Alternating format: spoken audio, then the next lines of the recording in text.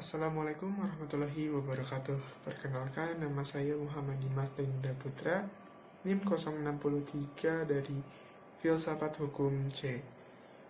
Pada kesempatan kali ini, saya mengangkat tema terkait paksaan hukum dan nilai kebebasan,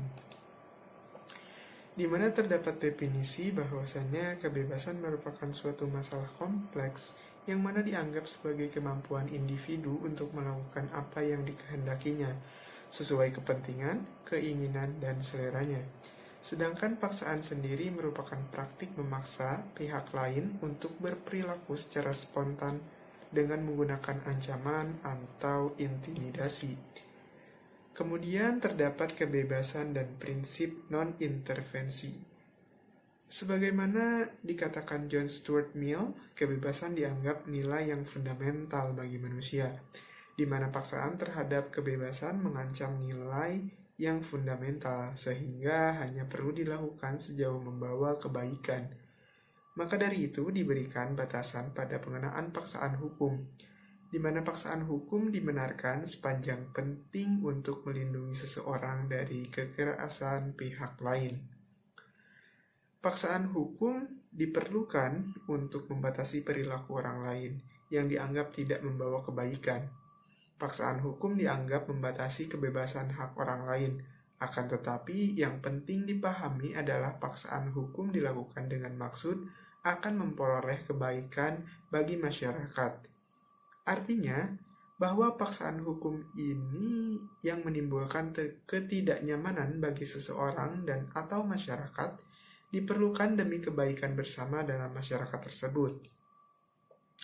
Kemudian terdapat paternalisme hukum, di mana dalam paternalisme hukum sendiri merupakan berarti harus membatasi diri pada kegiatan yang mengancam tertib dan sopan santun publik atau kegiatan yang mengekspos hal-hal yang bersifat ofensif atau membatasi publik.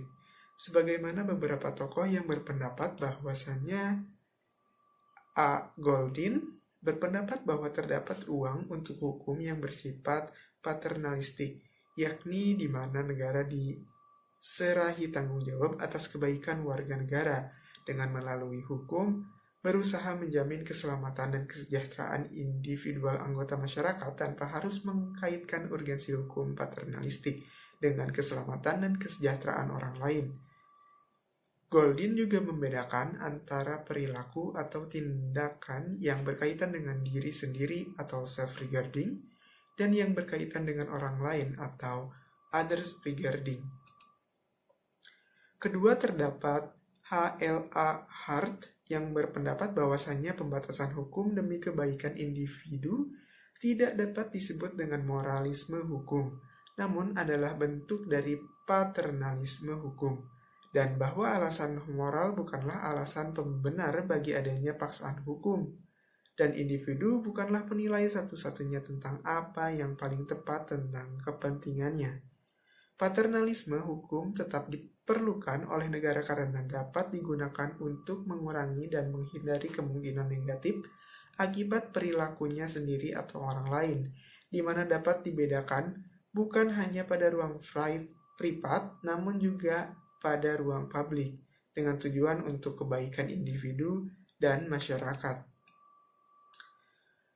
Kemudian terdapat prinsip legislasi moralitas, sebagaimana Herbert Parker berpendapat bahwa prinsip membahayakan orang lain, yang merupakan pendapat John Stuart Mill, memiliki kegunaan di mana prinsip tersebut menegaskan pentingnya menjatuhkan hukuman berdasarkan bahwa perilaku tertentu yang dapat memberikan efek negatif, merugikan atau membahayakan pihak lain.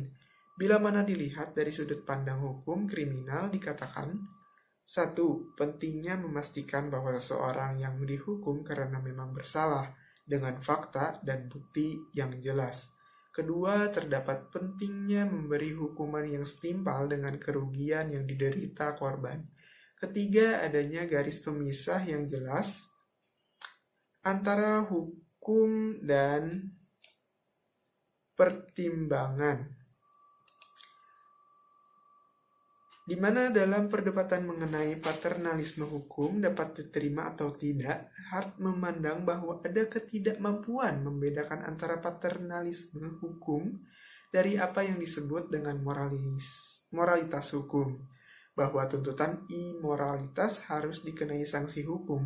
Menurut Hart, sesungguhnya merupakan ungkapan moralisme hukum yang harus dibedakan dari paternalisme hukum.